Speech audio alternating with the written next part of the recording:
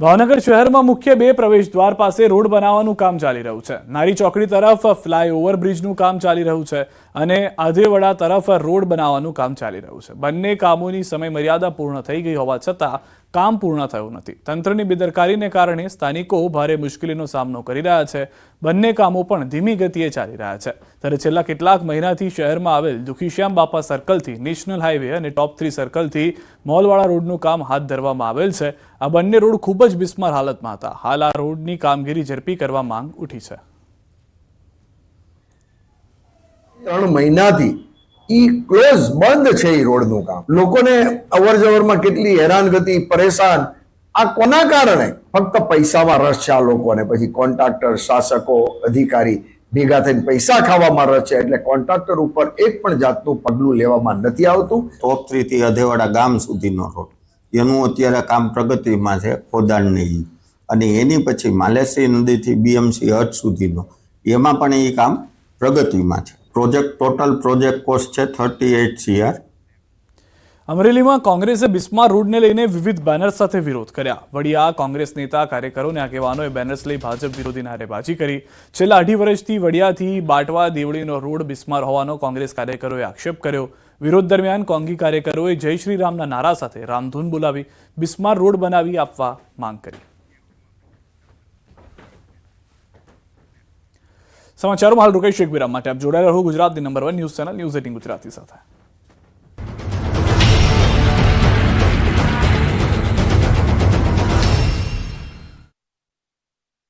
મોથોર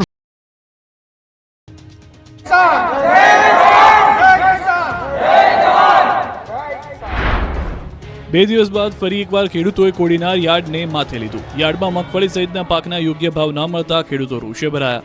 મોટી સંખ્યામાં ખેડૂતો એકત્ર થઈને હરાજી બંધ કરાવી. તમામ જણસીઓની હરાજી બંધ કરાવી હલ્લાબોલ કરતા યાર્ડમાં ગરમાગરમીના દ્રશ્યો સામે આવ્યા. યાર્ડના વેપારીઓ, સત્તાધીશો અને ખેડૂતો સાથે મળી ચકમક થઈ ગઈ હતી.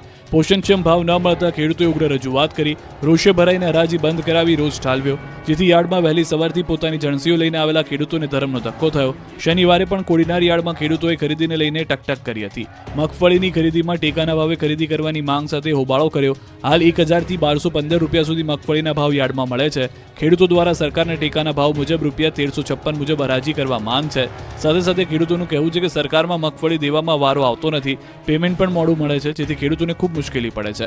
એટલે અમારે યાર્ડમાં મગફળી દેવા આવવું પડે છે. પરંતુ સરકાર જે ભાવે મગફળી ખરીદે છે તે ભાવે યાર્ડમાં હરાજી કરાવે તો ખેડૂતોને ફાયદો થશે. જોકે સમગ્ર મામલે યાર્ડના સત્તાધીશોનું કહેવું છે કે સરકાર જે ભાવે મગફળી ખરીદે છે તે ભાવે યાર્ડમાં હરાજી શરૂ કરવી શક્ય નથી.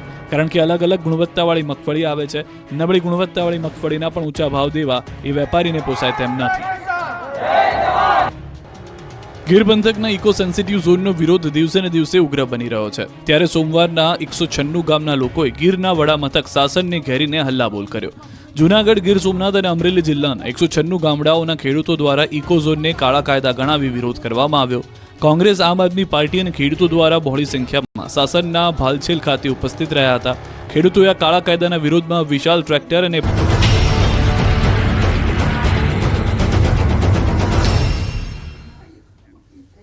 સુરત શહેરમાં ફરી રોગચાળો વકર્યો છે. મચ્છરજન્ય રોગચાળો અને પાણીજન્ય રોગચાળામાં ફરી વધારો થયો છે. તાવ અને ઝાડા ઉલટીથી એક બાળકી સહિત 2ના મૃત્યુ થયા છે. અમરોલીની બાળકી અને અલથાણના યુવકનું મોત થયું છે. બાળકીને તાવ આવ્યા બાદ ઉલટી થતા હોસ્પિટલ ખસેડાઈ હતી. રવિવારે મોડી સાંજે વધુ તબિયત બગડતા નવી સિવિલ હોસ્પિટલ ખસેડાઈ હતી, જ્યાં તેનું મોત નીપજ્યું.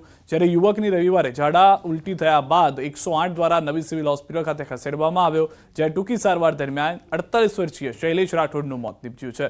નવી સિવિલ હોસ્પિટલમાં પણ સારવાર લેવા આવતા દર્દીઓની સંખ્યામાં વધારો થયો છે.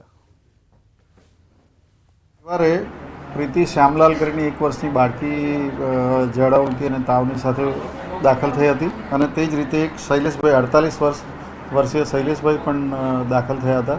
પણ એ લોકો એટલા લાસ્ટ સ્ટેજમાં સિવિલમાં આવ્યા કે એમને આપણે બચાવી શક્યા નથી. અને ગઈકાલે રાત્રે બંને પેશન્ટોનું મોત થયું છે. શિયાળાની શરૂઆત થતાની સાથે જ ફરી એક વખત રોગચાળાએ પોતાનું માથું ઉંચક્યું છે. મચ્છરજન્ય અને પાણીજન્ય રોગોને લઈને સતત સુરત નવી સિવિલ હોસ્પિટલમાં દર્દીઓની સંખ્યામાં વધારો જોવા મળી રહ્યો છે. ખાસ કરીને પાણીજન્ય રોગોને લઈને ખાસ કરીને તાવ, ઝાડા ઉલટીના કેસોમાં વધારો થઈ રહ્યો છે. જ્યારે અમરોલી વિસ્તારની એક બાળા અને અલથાણ વિસ્તારના એક યુવકનું રોગચાળાને લઈને મોત થયું છે, જેને લઈને આરોગ્ય તંત્ર દોડતું થયું છે. આરોગ્ય તંત્રની બેદરકારી કહી શકાય કે આળસને લઈને ફરી વખત પાણીજન્ય રોગો સાથે મચ્છરજન્ય રોગોમાં વધારો થઈ રહ્યો છે. ઝાડા ઉલટીના કેસો જે રીતે વધી રહ્યા છે તેને લઈને હોસ્પિટલોમાં દર્દીઓની લાંબી કતારો જોવા મળી રહી છે. દ્રશ્યો જોઈ શકાય છે સુરત નવી સિવિલ હોસ્પિટલના, ખાસ કરીને સુરતનો ઉધના હોય, પાંડેસરા હોય, સચિન હોય, અમરોલી હોય, મોટા વરાછા વિસ્તાર કે જે શ્રમિક વિસ્તારો છે, આ વિસ્તારોમાં પાણીજન્ય રોગ સાથે મચ્છરજન્ય રોગોમાં જે રીતે વધારો થયો છે, ત્યારે તમામ વિસ્તારોમાં તંત્ર દ્વારા કામગીરીમાં આળસ રાખવામાં આવે છે, જેને લઈને આ રોગચાળો વધી રહ્યો છે. અને રોગચાળોને લઈને અત્યાર સુધીમાં 2 વ્યક્તિઓના મોત થયા છે. કહી શકાય અમરોલીની બાળા અને અલથાણ વિસ્તારના યુવકનું મોત થયું છે, જેને લઈને ફરી એક વખત તંત્ર દોડતું થયું છે. અને જે પ્રકારે પાણીજન્ય અને મચ્છરજન્ય રોગો વધ્યા છે તેને લઈને ચોક્કસ કહી શકાય કે હોસ્પિટલોમાં દર્દીઓની સંખ્યામાં સતત વધારો જોવા મળી રહ્યો છે. કેમેરામેન ભરત બ્રહ્મભટ્ટ સાથે કીર્તેશ પટેલ, ન્યૂઝ 18 ગુજરાતી, સુરત.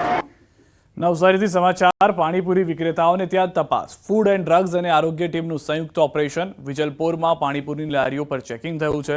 લારી ધારકોના ઘરે પણ કરાઈ છે તપાસ. પાણીપુરી બનાવવામાં વપરાતા તેલ અને અન્ય ચીજવસ્તુઓનું ચેકિંગ. નવસારી જિલ્લા કલેક્ટરના આદેશ અનુસાર આગામી 3 દિવસ સુધી ચેકિંગ કરાશે. ગુણવત્તાને લઈને કચાસ જણાશે તો કાર્યવાહી કરાશે.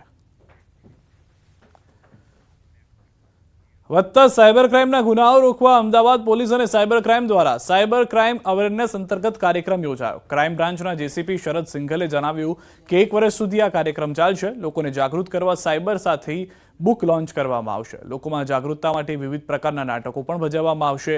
પબ્લિક પ્લેસ પર પ્લે બતાવવામાં આવશે. ડિજિટલ અરેસ્ટ જેવા ગુનાઓના શિકાર સિનિયર સિટીઝન બની રહ્યા છે. પોલીસ પિરામલ ફાઇનાન્સ સાથે રહીને આ પહેલ કરવામાં આવી રહી છે. ડિજિટલ અરેસ્ટ સહિતના સાયબર ફ્રોડથી બચવા કેવી રીતે સાવચેત રહેવું તે અંગે વિગતો અપાશે.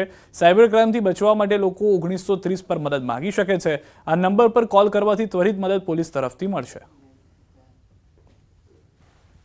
स्कूल कॉलेजेस में एक साइबर साथी बुक हमने गुजराती और हिंदी इंग्लिश में बनाई है. वो हम सब स्टूडेंट्स को और उनके पेरेंट्स तक पहुंचाएंगे. साइबर क्राइम एक सबसे फास्टेस्ट ग्रोइंग क्राइम अगर हम कह सकते हैं. અમદાવાદ શહેરમાં વાયુ પ્રદૂષણ વધી રહ્યું છે. વટવા જીઆઈડીસીમાં મોટા પ્રમાણમાં કેમિકલ તથા અન્ય ઇન્ડસ્ટ્રીઝ ધમધમી રહી છે. તેમ છતાં વટવા જીઆઈડીસીનો ચોંકાવનારો એક્યુઆઈ સામે આવ્યો છે. વટવા જીઆઈડીસીનો છેલ્લા 5 થી 6 મહિનાથી એવરેજ 99 એક્યુઆઈ સામે આવ્યો. તેની પાછળનું મુખ્ય કારણ છે વૃક્ષારોપણ. વર્ષ 2015થી વટવા સહિત આસપાસના વિસ્તારોમાં પ્રદૂષણનું પ્રમાણ ઘટાડવા માટેનું આયોજન કરાયું છે. છેલ્લા 9 વર્ષમાં વિવિધ જગ્યાઓ પર 2 લાખ રૂપા મિયાવાકી જાપાનીઝ પદ્ધતિથી પ્લાન્ટેશન કરાયા. દર વર્ષે એસોસિએશન દ્વારા ખાલી પડેલી જગ્યાઓ અને જીઆઈડીસીએ ફાળવેલા પ્લોટમાં સુવર્ણવન નામ હેઠળ 12 વિવિધ જગ્યાઓ પર રોપા વાવ્યા છે. વર્ષ 2021માં વટવા બને વૃંદાવન થીમ હેઠળ એસોસિએશન અન્ય સંગઠનો દ્વારા શંકર કાકા સ્મૃતિવનમાં 58,000 વૃક્ષો વાવ્યા હતા. વૃક્ષોનો ઉછેર થાય તે માટે જવાબદારી પણ સોંપાઈ છે. એએમસીએ પણ વૃક્ષારોપણ માટે પ્લોટ ફાળવ્યો હતો, જેમાં 18,000 જેટલા રોપા રોપ્યા હતા, જેને કારણે વટવામાં એર ક્વોલિટી ઇન્ડેક્સ સૌથી ઓછો જોવા મળ્યો. વટવામાં અમે જે 2 લાખ વૃક્ષોનું પ્લાન્ટેશન અને મોનિટરિંગ કરીએ છીએ તેના કારણે વાયુ પ્રદૂષણ ઓછું થઈ રહ્યું છે. 5-6 મહિના હવે એવા થઈ ગયા છે કે જ્યાં એક્યુઆઈ વટવાનો 100થી પણ નીચે આવે છે. લગભગ 50% જેટલું પ્રદૂષણ તો વાહનો અને ધૂળ રજકણના લીધે હોતું હોય છે. વાહનોના ધુમાડા અને ધૂળ રજકણના લીધે.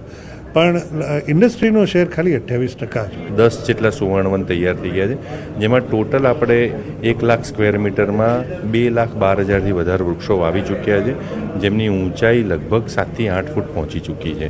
અને એના કારણે વટવાની અંદર જે બી પ્રદૂષણ કે એનો જે ભય રહે છે એને ડામવા માટે એક વાતાવરણ અને પર્યાવરણને હેલ્પ થાય અને હવાનું સ્તર એકદમ ચોખ્ખું રહે અને આપણો જે એક્યુઆઈ છે એ નીચો રહે, એના માટેનો આ એક અથાગ પ્રયત્ન છે. રાજકોટ મહાનગરપાલિકાની સંગીત